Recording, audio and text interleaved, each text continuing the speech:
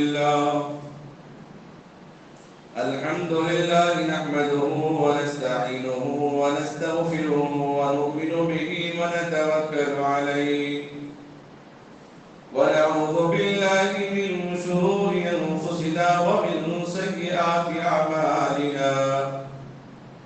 من يهده الله فلا مضل له ومن يضلله فلا هادي له ونشهد أن لا إله إلا الله وحده لا شريك له ونشهد أن سيدنا وحبيبنا ونبينا ومولانا محمدا عبده ورسوله اللهم صل على محمد في أول كلامنا اللهم صل على محمد في أوسط كلامنا اللهم صل على محمد في آخر كلامنا اللهم صل على محمد وعلى آله وأصحابه وأزواجه وأهل بيته أجمعين أما بعد فأعوذ بالله من الشيطان الرجيم بسم الله الرحمن الرحيم لقد كان لكم في رسول الله أسوة حسنة قال النبي صلى الله عليه وسلم خير الهدي هدي محمد صلى الله عليه وسلم صدق الله مولانا العظيم وصدق رسوله النبي الكريم نحن على ذلك من الشاهدين لمن الشاكرين والحمد لله رب العالمين.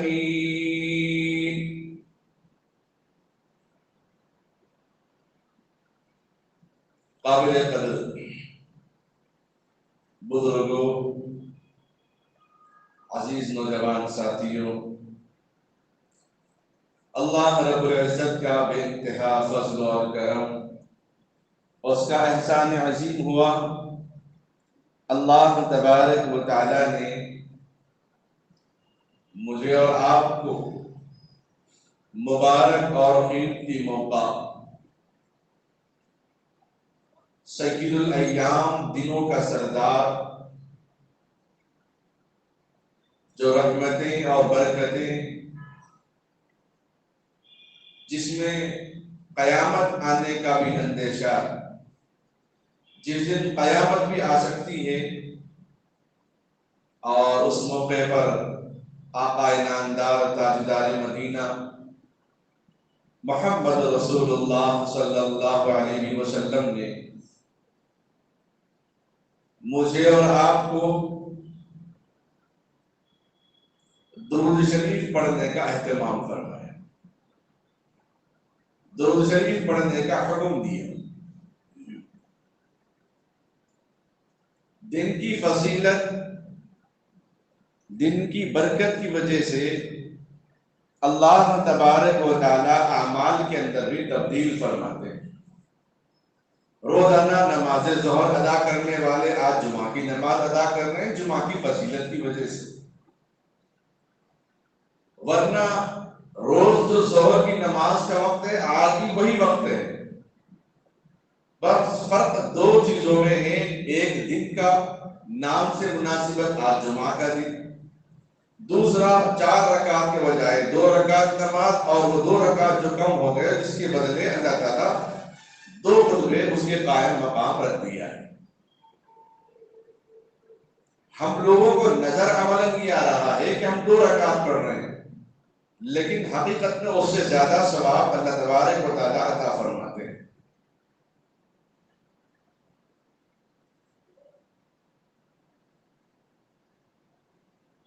موجودہ دور میں، موجودہ زمانے میں، موجودہ حال میں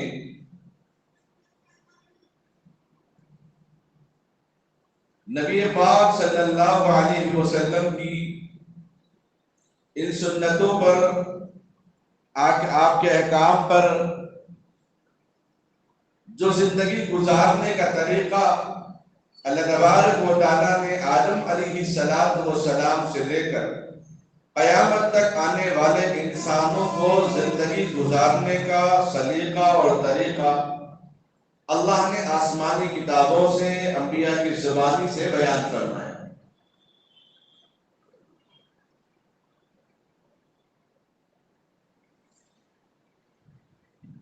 اس پرفتن دور میں، اس زمانے میں آج ہمیں ضرورت نہیں تھی، بلکہ ہر زمانے میں ضرورت ہے اتباع سنت کی۔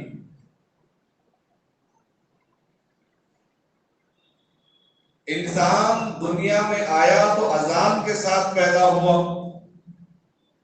اور جائے گا تو نماز کے ساتھ اس دنیا سے رخصت ہوگا۔ اذان اور اقامت کے درمیان، اذان اور نماز کے درمیان کا جو وقت ہے، انسان اگر باوضو رہا تو نماز پڑھ سکتا ہے، اگر باوضو نہیں رہا نماز پڑھ لے تو اس کی نماز قبول نہیں ہے۔ بالکل اسی طرح ہمارے پیدا ہونے پر اذان ہو چکی، نماز باقی ہے۔ نماز سے پہلے کا جو وقت ہے، جو ہماری زندگی، ہمارا بچپن، ہماری جوانی، ہمارا بڑھاپا، ہمارا روزمرہ کا معمول، روز کے اعمال اگر اتباع سنت میں گزرے تو گویا ہم باوضو ہو کر زندگی گزار رہے ہیں۔ ما آتاكم الرسول فخذوه وما نهاكم عنه فانتهوا۔ باپ نے اگر بیٹے سے کہہ دیا کہ یہ کام نہیں کرنے کا تو بیٹے کو چاہیے کہ وہ کام نہ کرے۔ اگر بیٹے نے باپ کے منع کرنے کے باوجود وہ کام کیا تو باپ ناراض ہو جاتا ہے۔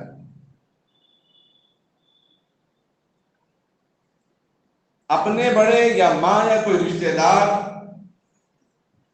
محلے یا ملک کے بڑے لوگ منع کر دیے گئے کام نہیں کرنا ہے تو نہیں کرنا ہے، اگر کر دیا تو نافرمان ہو جائے گا۔ اللہ تبارک و تعالیٰ نے بھی یہی حکم فرمایا قرآن کریم میں،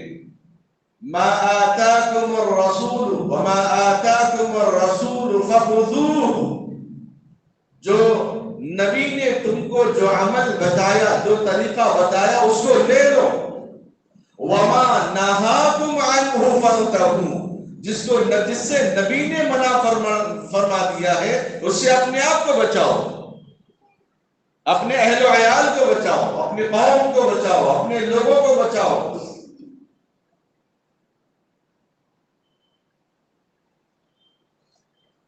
ہر وقت اور ہر دور میں عمل کے حساب سے نیتیں بدلتی ہیں۔ نماز پڑھتے وقت کوئی وضو کی نیت نہیں کر سکتا، نماز پڑھتے ہوئے جانور ذبح کرنے کی نیت نہیں کر سکتا، نماز پڑھتے ہوئے حج کی نیت نہیں کر سکتا۔ بالکل اسی طرح ایک اذان ہمارے پیدا ہونے پر ہو چکی ہے۔ اب نماز کے درمیان جو ہمارا وقت ہے، اطیع اللہ و اطیع الرسول کے مطابق اگر ہماری زندگی گزر رہی ہے تو پھر وہ نماز جو ہمارے مرنے کے بعد پڑھی جائے گی وہ ہمارے لیے مغفرت کا ذریعہ بن جائے گی۔ ورنہ انسان کفر کی زندگی میں گزارے گا اور اس کے اہل و عیال دعا کریں گے مغفرت کی، تو اللہ نے نوح علیہ السلام کو منع فرمایا اپنے بیٹے کی مغفرت کی دعا نہ کرنا، ابراہیم علیہ السلام کو منع فرمایا اپنے باپ کی مغفرت کی دعا نہ کرنا، لوط علیہ السلام کو حکم دیا کہ اپنی بیوی کی مغفرت کی دعا نہ کرنا۔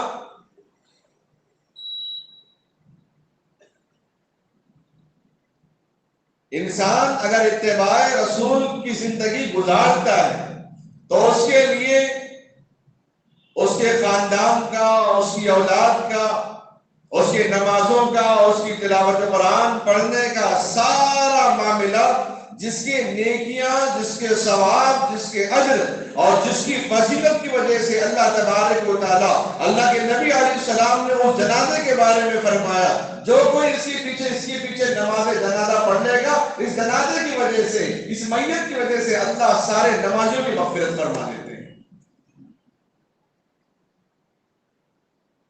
ہم اور آپ انتظار کرتے ہیں وہ کس ولی کا جنازہ ہوگا، کس عالم کا جنازہ ہوگا، کس مفتی کا ہوگا، کس مفسر کا ہوگا، کس محدث کا ہوگا۔ نہیں، ایک عام انسان اگر نمازی ہوتا ہے، ایک عام انسان کی زندگی حلال طریقے پہ گزرتی ہے، ایک عام انسان کی زندگی کرنے کے مطابق گزرتی ہے، ایک عام انسان کی زندگی دعاؤں کے مطابق گزرتی ہے، ایک عام انسان کی زندگی 5 نمازوں کے اہتمام کے ساتھ گزرتی ہے، ایک عام انسان کی زندگی فرائض اور واجبات کے اہتمام کے ساتھ اگر زندگی گزرتی ہے، ایک عام انسان کی زندگی نبی علیہ السلام کے آداب زندگی کے مطابق اگر وہ زندگی گزارتا ہے، ایک عام انسان کی زندگی نبی علیہ السلام کے قول و قرار، قول و فعل کے مطابق اپنا بھی کام کرتا ہے، دوسروں کو اس کے عمل کی ترغیب دیتا ہے، ایک عام زندگی، ایک عام مسلمان کی زندگی اللہ کے حکم اور رسول کے سنت کے مطابق زندگی گزر جاتی ہے، اللہ اور اس کے رسول کے نزدیک اتنا برگزیدہ ہوتا ہے، اتنا مقرب ہوتا ہے، اتنا پاک ہوتا ہے، اتنا پارسا ہو جاتا ہے، اللہ اس کو اتنا پاک بنا دیتے ہیں کہ نماز جنازہ جو پڑھنے کے لیے آئے، اس کی وجہ سے اللہ اس کی مغفرت فرما دیتے ہیں۔ آپ انتظار نہ کریں کہ وہ کون سا جنازہ ہوگا، کہاں ہوگا، ہم اپنے آپ کو بنائیں۔ اگر ہم جیتے جی دنیا والوں کو فائدہ نہ پہنچائے، دنیا والوں کو ہمارا نفع نظر نہ آئے، دنیا والوں کو ہمارا فائدہ نظر نہ آئے، دنیا والوں کو ہماری خوبی نظر نہ آئے، اللہ کو میرے عمل کی خوبی اگر نظر آ جائے، اللہ کو میرا عمل اگر پسند آ جائے، اللہ کو میرا تقوی اگر پسند آ جائے، اللہ کو میری للہیت اگر پسند آ جائے، اللہ کا میرا تواضع اگر پسند آ جائے، تو میرے مرنے کے بعد بھی اللہ میری وجہ سے میرے بھائیوں کی مغفرت فرما دے۔ کیا گمان ہے؟ ہم نوجوانوں کا کیا خیال ہے؟ سنت کے مطابق زندگی کا ایک خطیب بھی گزار سکتا ہے؟ ایک عالم، ایک حافظ بھی سنت کے مطابق زندگی گزار سکتا ہے؟ کیا اس کے علاوہ جو امت ہے، جو قوم ہے، جو طبقہ ہے، ان لوگوں کی ذمہ داری نہیں کہ سنت کے مطابق زندگی گزارے؟ کیا وہ کلمہ گو نہیں تھے؟ کیا وہ مسلمان نہیں ہے؟ اگر کلمہ گو ہے، مسلمان ہے، کلمات کو پڑھا، آمنت باللہ وملائکتہ وکتبہ ورسلہ، اللہ کی وحدانیت کے ساتھ، اللہ کی ایکتائی کے ساتھ اپنی ایمان کو قبول کر کے اس کے فرشتوں پر، اس کے رسولوں پر، اس کی کتابوں پر اور اس کے شر اور خیر کے تقدیر کے فیصلے پر اور مرنے کے بعد بعد الموت اٹھائے جانے پر اگر وہ ایمان رکھتا ہے، تو اس کے لیے بھی وہی زندگی جو نبی علیہ السلام نے اپنے عمل کے طور پہ امت کو بتا دیا کہ مسلمان کا طریقہ تو یہ ہوتا ہے۔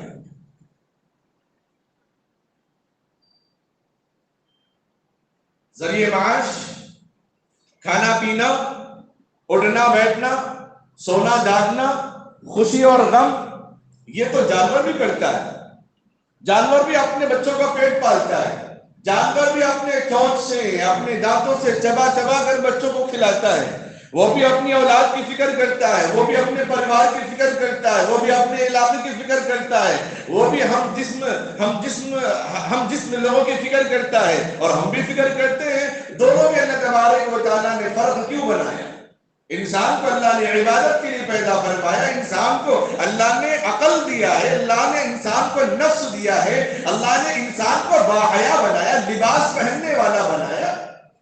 شرم حیا والا اللہ تبارک و تعالیٰ نے انسان کو بنایا۔ اگر انسان نبی پاک صلی اللہ علیہ وسلم کے سنت کے مطابق زندگی نہیں گزارتا، نبی کا عمل اگر اس کو پسند نہیں آتا ہے، نبی کا طریقہ اس کو پسند نہیں آتا، نبی کا کھانا اور پینے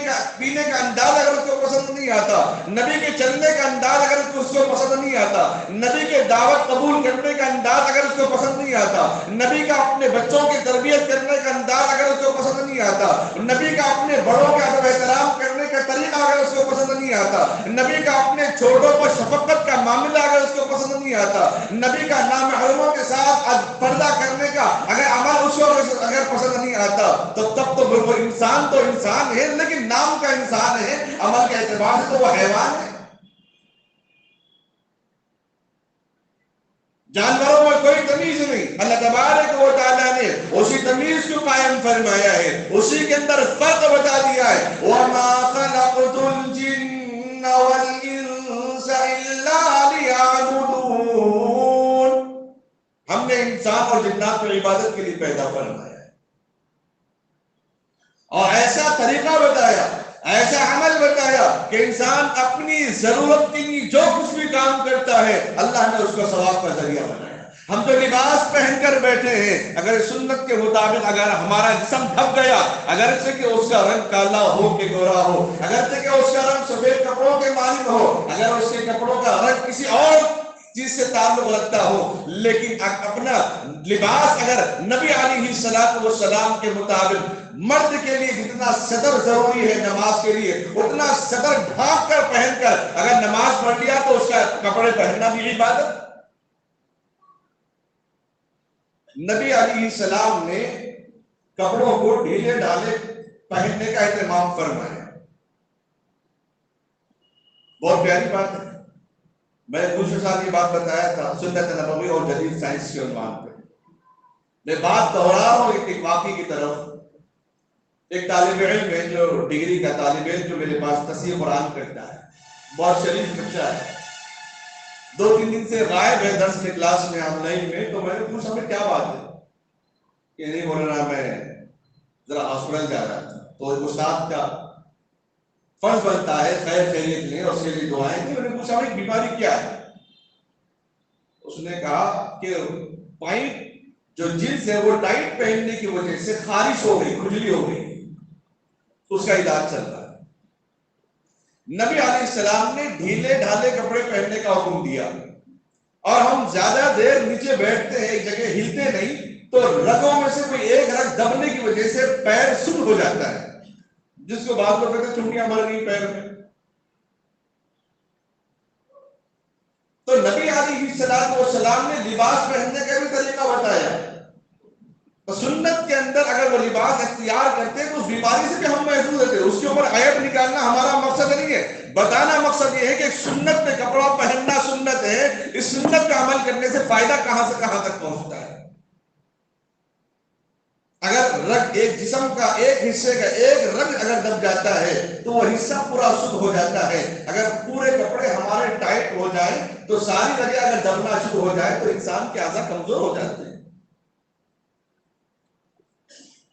بقرعید کے موقع پر ہر کوئی چاہتا ہے کہ تگڑا جانور لے آئیں، فلاں بازار سے لائیں گے، فلاں گاؤں سے لا لیں گے،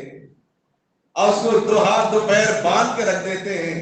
1 سے 2-3 گھنٹے کا زائد باندھ لیں تو ہم خود بے چین ہوتے ہیں کہ بکرا مر تو نہیں جائے گا، اتنا ٹائٹ باندھ کے رکھا۔ بعض مرتبہ ہو بھی جاتا ہے، ٹائٹ باندھنے کی وجہ سے رگیں دبنے کی وجہ سے تحمل نہیں لا سکتا اور دم توڑ دیتا ہے، اور ہم دعوتوں میں گھنٹوں ایسے ٹائٹ کپڑے پہن کے نکل جاتے ہیں۔ پھر ہمارے رگوں کا کیا، ہماری صحت کا کیا؟ خون جس روانگی کے ساتھ دل کو پہنچنا ہے، نکلنے کے بعد واپس فوراً آنا ہے، اس کے اندر خلل ہو جائے گا نظام عمل میں۔ جب خون کی روانگی میں نظام عمل میں اگر خلل ہو جائے گا طبیعت تو خراب ہو جائے گی۔ سنت میں اللہ تبارک و تعالیٰ نے وہ خوبیاں رکھی ہیں، اور فرمایا دنیا میں قرآن کریم سے بہتر کوئی کتاب نہیں، اور دنیا میں سب سے بہترین طریقے زندگی نبی علیہ السلام کے طریقے زندگی سے کوئی بہتر طریقہ نہیں ہو سکتا۔ لَقَدْ كَانَ لَكُمْ فِي رَسُولِ اللَّهِ أُسْوَةٌ حَسَنَةٌ، بہترین طریقے زندگی آپ صلی اللہ علیہ وسلم کا طریقہ زندگی ہے۔ اگر بہترین کتاب قرآن ہے تو بہترین زندگی نبی علیہ السلام کا عمل ہے۔ لا الہ الا اللہ محمد رسول اللہ میں اللہ تبارک و تعالیٰ نے 2 جز رکھے ہیں، ایک اللہ کا حکم ہے، دوسرا محمد رسول اللہ صلی اللہ علیہ وسلم کا طریقہ ہے۔ 18,000 مخلوقات اللہ نے دنیا میں پیدا فرمائے، وہ مخلوقات جو ہوا میں اڑتے ہو، وہ مخلوقات مخلوقات جو پانی میں بہتی ہوں تیرتی ہوں، وہ مخلوقات جو زمین کے بلوں میں رہتی ہوں، وہ مخلوقات جو زمین کے اوپر ہو، اور وہ مخلوقات جو آسمان کے اوپر ہو، وہ مخلوقات جو زمین کے نیچے ہو، ان 18,000 مخلوق میں اللہ نے انسان کو اشرف بنایا، اعلیٰ بنایا، افضل بنایا، تمیز والا بنایا، اپنا نائب بنایا، اپنا خلیفہ مقرر اگر کیا ہے تو صرف اور صرف اللہ نے اس کے اندر ایمان کی بنیاد کی وجہ سے، اس کے اندر حیا کا مادہ ہونے کی وجہ سے اللہ تبارک و تعالیٰ نے انسان کو وہ خوبی عطا فرمائی۔ باپ سے محبت کا تقاضا یہ ہے کہ باپ کے ادب احترام کرے اور باپ کے کہے ہوئے باتوں پر عمل کر لے، اور باپ کی جو منشا ہے، جو راضی ہے، جن چیزوں سے باپ خوش ہوتا ہے وہ کام کرنا چاہیے، ورنہ دنیا اس نوجوان کو پکڑ کے تھوکے گی۔ باپ تو تیرا موجود ہے لیکن تو اپنی منمانی زندگی گزارتا ہے۔ جو باپ کا نہیں ہو سکتا وہ کسی کا نہیں ہو سکتا، جو ماں کا نہیں ہو سکتا وہ کسی کا نہیں ہو سکتا، جو گھر کا نہیں ہو سکتا وہ کسی کا نہیں ہو سکتا۔ پھر وہ مسلمان، وہ نوجوان جو خدا کا احکام اگر نہ مانے، نبی کا طریقہ اگر اس کو پسند نہ آئے، نبی کا وہ طریقہ، سنت کے مطابق کھانے کا ذکر، دسترخوان بچھانے کا ذکر، غسل کا ذکر، وضو بنانے کا ذکر، چلنے کا ذکر، آداب مجلس، آداب محفل، آداب دعوت، آداب ولیمہ، آداب نکاح، آداب طلاق، آداب رشتہ دار، آداب دوست احباب، آداب زندگی، اگر ان چیزوں کو ہم اور آپ نہیں جانیں گے تو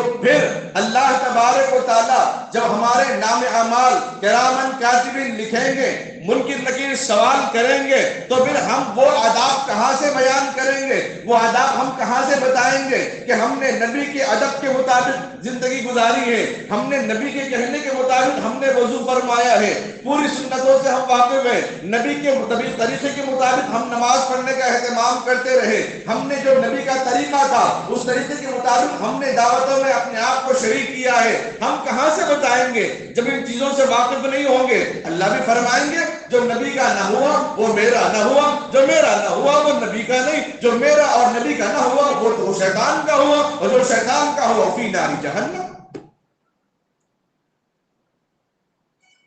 نہ مجھے کسی کو نشانہ بنانا ہے، نہ آپ کسی کو نشانے کے طور پہ دیکھنا ہے، سب مجھے اور آپ کو اپنی زندگی میں ڈالنا ہے۔ اب میں صبح اٹھا فجر کی نماز کے بعد، کیا میرا اٹھنا نبی کی سنت کے مطابق آیا نہیں؟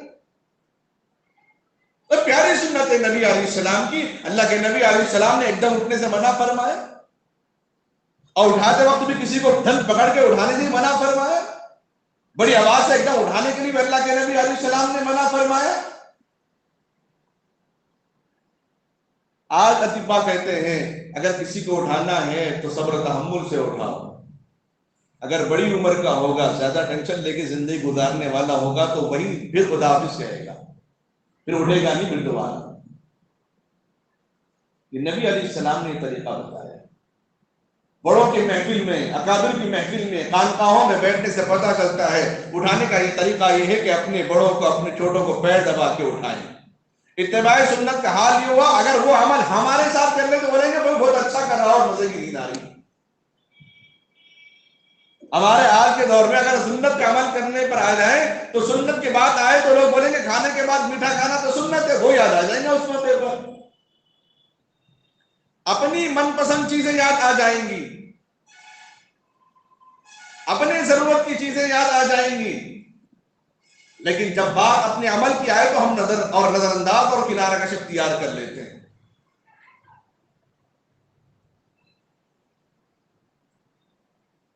جب اللہ نے آسمان کو بنایا، زمین کو بنایا، مخلوقات کو بنایا، تو گویا ہر انسان اور ہر مخلوق اللہ کی مخلوق میں شامل ہے، تو پھر اللہ تبارک و تعالیٰ نے اس کے جینے اور مرنے کا سلیقہ بھی اللہ تبارک و تعالیٰ نے بتا دیا ہے، بنا دیا اللہ تبارک و تعالیٰ نے۔ ابھی غالباً روس میں یا چائنا کے اندر ایک مشین نکلی، 1 منٹ میں انسان کی موت ہو جاتی ہے بنا کسی تکلیف کے، مشین میں بند کر دے فوراً اس کا انتقال ہو جائے گا، اور وہاں قانونی اعتبار سے اس کی اجازت بھی دے دی گئی ہے۔ لا حول ولا قوت الا باللہ۔ ہونا تو یہ چاہیے تھا ایسے لوگوں کو بلا کر ان کی اصلاح کرتے، پھر آپ کی کیا پریشانی ہے اس کو حل کرتے، کاؤنسلنگ کرتے ان کی۔ اور میڈیا والے اور وہاں کی حکومت اس کو شاباشی بھی دے رہی ہے، ایوارڈ بھی دے رہی ہے، جبکہ قرآن کریم میں فرمایا وَلَا تَقْتُلُوا أَنفُسَكُمْ، اپنی جانوں کو ہلاکت میں نہ ڈالو، قرآن نے حکم دیا۔ اور نبی علیہ السلام نے فرمایا جو خودکشی کرتا ہے حشر کے میدان تک جب تک فیصلہ نہیں ہوتا تب تک وہ اسی تکلیف میں مبتلا ہوگا۔ یہ ناممکن ہے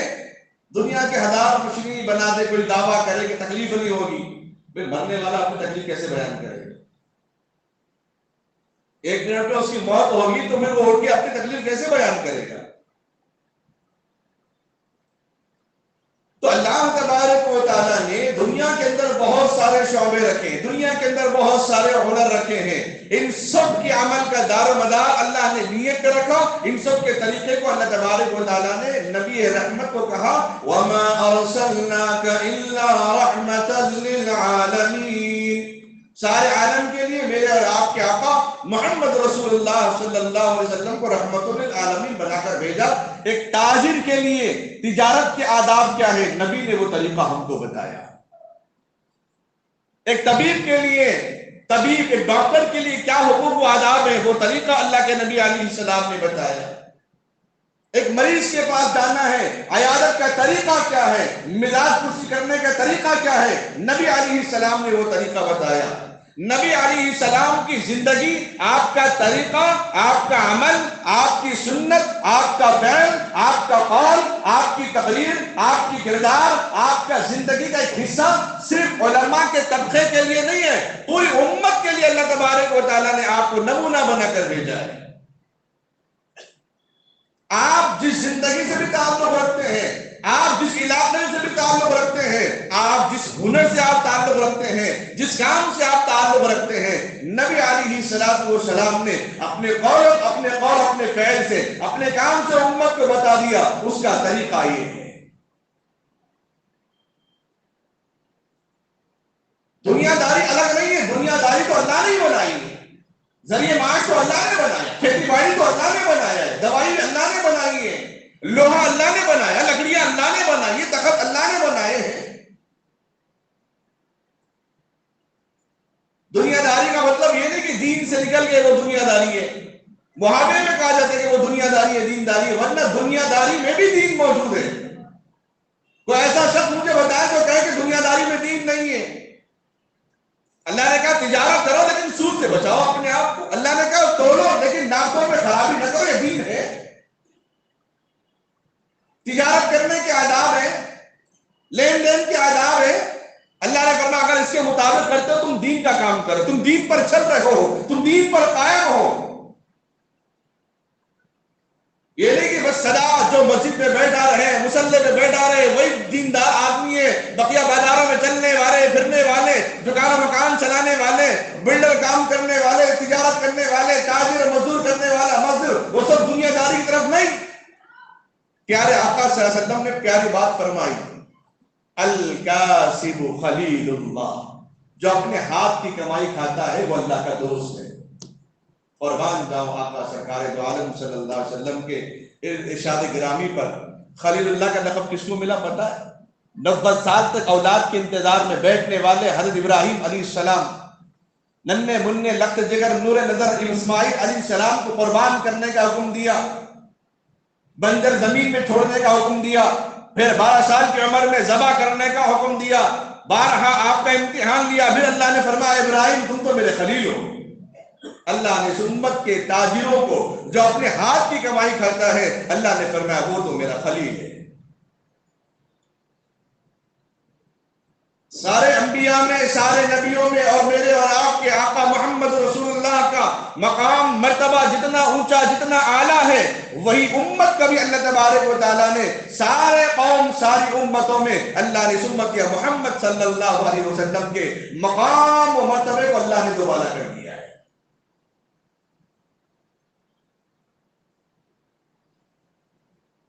ماحول سے انسان پر اثر ہوتا ہے،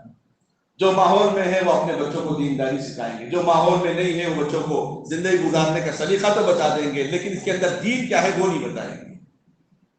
اس لیے ہم نے تجویز سوچی ہے کئی سال سے، الحمدللہ وہ عمل کا موقع سامنے آ گیا ہے۔ کہ کالج کے بچے 7 میں آنے کے بعد 7 سے پہلے اگر بچوں کو پڑھانا بولیں گے تو بولیں گے مولوی صاحب بچے تو ابھی چھوٹے ہیں بعد میں پڑھائیں گے، پہلے یہ تو پڑھنے دو اسکول کا۔ جب 10th میں آگے بچے بڑے ہو رہے تو پڑھا دیں گے، نہیں 10th کا بہت بڑا بورڈ ہے، اس کا رزلٹ بہت ضروری ہے، بعد میں دیکھیں گے۔ تو ہم نے کہا ٹھیک ہے چلو بعد میں نکال دیں گے۔ ہم نے کتاب ترتیب دی 3 زبان میں، جو اردو میں ہے، انگلش میں ہے اور اب تیلگو میں ہے۔ شہر حیدرآباد کے اندر اس کتاب پہ ہم نے عنوان رکھا، یہ کتاب نبی علیہ الصلوۃ والسلام کے طریقے زندگی میں محد سے لحد تک ہمیں طریقہ بتاتی ہے، جس میں بڑے بڑے اکابر اور شیخ الحدیث کے پسند فرمودہ کلمات بھی ہیں۔ اس کتاب کے اندر انسان کے پیدا ہونے کے بعد، مرنے کے بعد دفن کرنے کا طریقہ، پھر اس کے ماں باپ کے لیے صالح ثواب کا ذریعہ، اور اس درمیان میں زندگی میں جو جو مراحل انسان کے اندر آتے ہیں، تجارت کرنا، راستے میں چلنا، بڑوں کے ساتھ بیٹھنا، آداب زندگی کے متعلق جو ہمارے مرحلے ہیں، نفل نمازیں ہیں، سنت کے مطابق زندگی گزارنے کا طریقہ ہے، سنت کے مطابق کھانا پینا کیا ہے۔ اب کالج کے بچوں کو ان کی پروفیشنل لائف میں ان کو 1 گھنٹہ لے کر پڑھانا ذرا مشکل ہو رہا۔ میں نے سوچا اس کتاب میں 1-2 مہینے وقت دیں گے بچوں کو، اور ان کے لیے کوئز کے طور پہ سوالات رکھیں گے، اس پہ انعام رکھیں گے، اس کو سرٹیفکیٹ بھی دے دیں گے۔ یہ کتاب بچے 3 مہینے میں، چونکہ اب انٹر میں ہے تو سمجھدار ہے، کتاب مطالعہ کر کے پڑھ کے سمجھ سکتا ہے کہ زندگی گزارنے کا طریقہ کیا ہے، جس کے اندر اسلامی کلمات ہیں، مسنون دعائیں ہیں، اوقات نماز معلوم ہونا، نماز کا وقت کون سا ہے، کب ہے، کب تک ہے، کہاں تک ہے، کالج میں رہتے کبھی آفس میں رہتے معلوم ہونا چاہیے۔ گھڑی دیکھے بغیر بھی آسمان کو دیکھ کر پہچان لے کہ نماز کا وقت کیا ہے، جس کے اندر فرائض، واجبات، سنت اور آداب زندگی، نبی علیہ السلام کے پیارے کلمات، اسماء الحسنی و اسماء النبی، اسلامی معلومات اور اقوال زرین، انسان کو 24 گھنٹے کس طرح زندگی گزارنا چاہیے، اس کے آداب کیا ہے، وہ ساری چیزیں ہم نے اس کتاب کے اندر ترتیب دی بڑوں کے رائے اور مشورے سے۔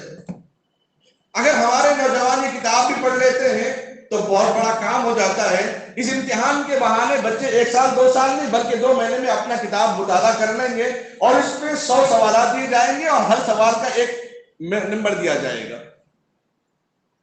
تو بچے پڑھ لیں گے، جس کے اندر بچیوں کے لیے بھی الگ سہولت ہے، بچوں کے لیے بھی الگ سہولت ہے۔ 6 فروری کو ہم نے ایگزام رکھا، اسلامک کوئز کے نام پہ کسی کتاب کے اندر سے سوال کیے جائیں گے، بقیہ کتاب سے سوال نہیں کیے جائیں گے، ورنہ عام معلومات میں رکھیں گے تو بچے پریشان ہو جائیں گے، بولتی کتابیں ہم کہاں سے پڑھیں گے۔ اس لیے پہلا انعام 5000، دوسرا انعام 3000، تیسرا انعام 1500 اور ترغیبی انعام اور سرٹیفکیٹ، کامیاب ہونے پر سرٹیفکیٹ بھی دی جائے گی۔ تو اسی لیے آپ حضرات نماز کے بعد جاتے ہوئے فارم رکھے ہوئے ہیں، 200 روپے ایڈمیشن فیس ہے، اگر فارم لیتے ہیں کتاب اس کے ساتھ فری میں ہے۔ اگر آپ کہتے ہیں کہ میری عمر اس قابل نہیں کہ میں فلاں پڑھ لوں، یا گھر میں کسی اور کو ہم دینا چاہتے ہیں، تو آپ 100 روپے میں کتاب خرید سکتے ہیں، یا پھر محلے کے اندر اپنے رشتے داروں میں بچیاں ہیں، بیٹیاں ہیں، ان بچوں کو اس میں داخلہ دلوائیے۔ 6 فروری میں امتحان ہے، ابھی تو کافی وقت باقی ہے، روزانہ پڑھ لیں گے، ایمان تازہ ہوگا، نبی کی زندگی سنت کے مطابق کیسی وہ باتیں اس کے اندر بتائی گئی ہیں، کوئی مسلک کی تعلیم نہیں، کوئی فلاں فرقہ واریت کی باتیں نہیں، ان چیزوں کا آپ اہتمام کریں گے۔ اگر ایک کالج کا بچہ جو بچپن میں کلمہ بھی صحیح نہیں پڑھ سکتا تھا، لیکن آج کے زمانے میں اگر یہ کتاب تیلگو میں چاہے تیلگو میں، یا انگلش میں چاہے انگلش میں، یا اردو میں چاہے اردو میں، اگر وہ کتاب پڑھ لیتا ہے تو نبی علیہ السلام کی پیاری زندگی کا طریقہ اگر اس کو معلوم ہو جائے تو کافی تبدیلیاں اس کے اندر آ سکتی ہیں۔ اسی لیے خدا را جاتے ہوئے اپنے بچوں کی بھلائی کے لیے، کامیابی کے لیے، اپنی عافیت کے لیے یہ کتاب آپ اپنے گھر میں ضرور رکھیں مطالعے کے لیے، یا پھر آپ اپنے دیہاتوں میں، اپنے علاقوں میں بھی رکھنا چاہتے ہیں تو آپ کتابیں خرید کے دیہاتوں میں تقسیم کر دیں۔ پتہ نہیں کون سا بندہ جو مسجد میں آئے گا کتاب پہ نظر پڑے گی اور اس کی زندگی سنت کے مطابق اگر ہو جائے گی، جب تک وہ سنت کا عمل کرے گا آپ کو اس کا ثواب برابر ملتا رہے گا۔ ہم باتیں کہیں، آپ عمل کریں تو آپ کے عمل کا ثواب مجھے ملے گا، لیکن آپ یہ کتاب کسی کو ہدیہ دیں گے، کسی اپنے بچے کو داخلہ دلوا دیں گے، اور اپنی زندگی سنت کے مطابق اگر کر لے گا تو اللہ تبارک و تعالیٰ اس کے عمل سے آپ کو ثواب جاری عطا فرمائیں گے۔ وقت کی تنگدامنی ہے، بات میں یہی ختم کرتا ہوں۔ اللہ سے دعا ہے اللہ تبارک و تعالیٰ ہم تمام امت مسلمہ کو کہنے سننے سے زیادہ عمل کرنے کی سعادت نصیب فرماوے۔ الہی رونق اسلام کا سامہ پیدا کر، الہی رونق اسلام کا سامہ پیدا کر، دلوں میں الفت مومنی ایمان پیدا کر۔ آمین۔ وآخر دعوانا الحمدللہ رب العالمین۔ دو عنوانات کبھی ختم نہیں ہو سکتے، ایک قرآن کی تفسیر، دوسری نبی صلی اللہ علیہ وسلم کی زندگی۔ اس کو کبھی بھی ہم مکمل بیان نہیں کر سکتے۔ جتنی زندگی، جتنا علم اللہ تبارک و تعالیٰ نے دیا ہے، جتنی زندگی دی ہے اتنی باتیں سنیں گے ہم اتنے سال تک، اور جتنا علم دیا ہے اپنے علم کے دائرے میں رہتے ہوئے ہم آپ کو باتیں بتا سکتے ہیں، بڑوں سے سن سکتے ہیں۔ یہ عنوانات کبھی ختم ہونے والے نہیں ہیں۔ بہرحال جتنا بھی وقت تھا اس وقت میں اہم باتیں آپ حضرات کے سامنے آئی ہیں، اور جو بات اسلامک کوئز کے نام پر میں نے آپ حضرات کے سامنے رکھی ہے اس کتاب کے اندر، جس میں آپ صلی اللہ علیہ وسلم کے بچپن سے لے کر ایک انسان کے اس دنیا سے رخصت ہونے کے بعد جتنی سنتوں سے، جتنی زندگی سے وابستہ ہوتی ہیں، وہ سارے احکام، وہ ساری باتیں اس کتاب کے اندر موجود ہیں۔ وضو کے مسائل، نماز کے مسائل، واجبات نماز، مجلس کے آداب، حقوق، اولاد کی تربیت، توبہ کے سنن و آداب، تلاوت قرآن مجید کے آداب، دعوت کے اصول اور سفر کی سنتیں،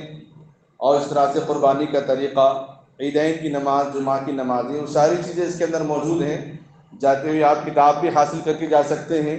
اور خصوصاً اس بات کی طرف آپ توجہ دیں، اور جو کالج کے جو بچے ہیں میں ان سے گزارش کرتا ہوں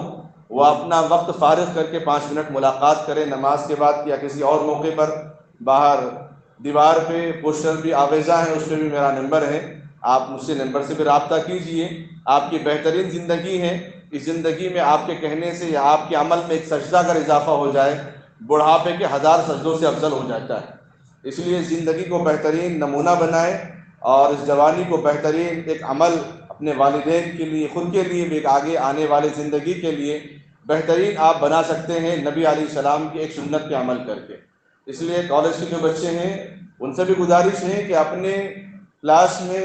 اور اپنے کالج میں جتنے بچے اور بچیاں ہیں دونوں کے لیے علیحدہ انعام رکھا گیا ہے۔ لڑکیوں کے لیے 5000 انعام ہے، لڑکوں کے لیے بھی 5000 انعام ہے۔ سینٹر فی الوقت 2 جگہ قائم کیے جا رہے ہیں، ایک خیرت آباد میں اور ایک ملک پیٹ میں۔ جہاں سے بچے زیادہ رہیں گے انشاءاللہ وہاں سینٹر بنایا جائے گا، تاکہ بچوں اور بچیوں کو آنے جانے میں تکلیف بھی نہ ہو، دقت نہ ہو، پریشانی نہ ہو۔ اس بات کا بھی خیال کیا جا رہا ہے، تو خصوصاً کالج کے بچے جو بڑے ذمہ دار ہیں، جن جن تک یہ آواز پہنچی ہیں، وہ اپنی ذمہ داری سمجھ کر بچوں کو اس کے اندر داخلہ دلوائیں۔ انشاءاللہ ان کی زندگی کے اندر تبدیلی آئیں گی، بہت ساری معلومات ہو جائیں گے۔ اللہ سے دعا ہے اللہ تعالیٰ ہم تمام کو کہنے سننے سے زیادہ عمل کرنے کی سعادت نصیب فرمائے۔